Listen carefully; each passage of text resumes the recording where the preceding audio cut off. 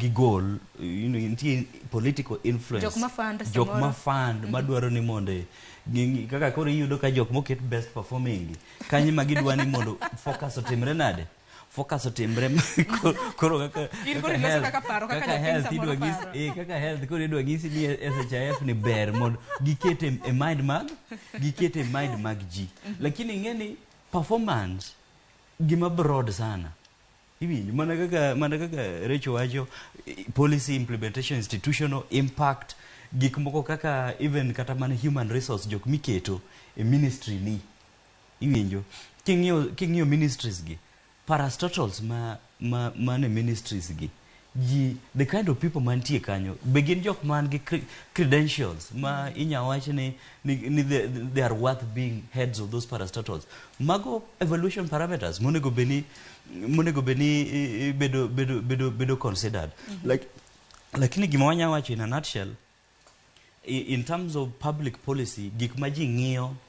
in performance mag a public officer is the impact mag ji to the people because ji ok bi neno all these other things ma wacho ng'ama nitie e parastatal cha law ni chal nade people don't understand law gi gini odhi miyo ngima wabedo maber koso onge to mane ma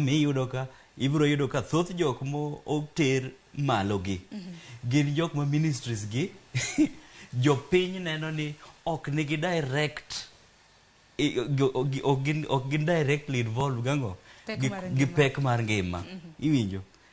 internal security cha ji biro winja ni ji samoro kaka ji neni sondo cha ing'eni ma gibi nene TV lakini ing'eni kokifile ng'ama ni sondo kata ng'ama nene pokot kane openje gini ibiro winjo ko wache ni Kindiki nokotiyo iwinjo lakini kidhi penjo ng'ama nene Machakos eno bro ng'isi we have been secure ka in fact ne nitie jokuoge gi nonegi so the bigger if you look at king near the country countrywide tiyudo ka there's been nitie relative calm mamiyo ng'ata mo obedo penjo ni is likely wacho nango ni Kenya nango Kenya ni secure. Yero kama na hinya kwa dugu bangi wetu ang'iyane na the worst performing ginyalo bedo worst nikech ang'o nikech koro ka Davis Churchill ma bende jo oganda ma bende nodadhogi wacho ni ne jatend migawo matimo marach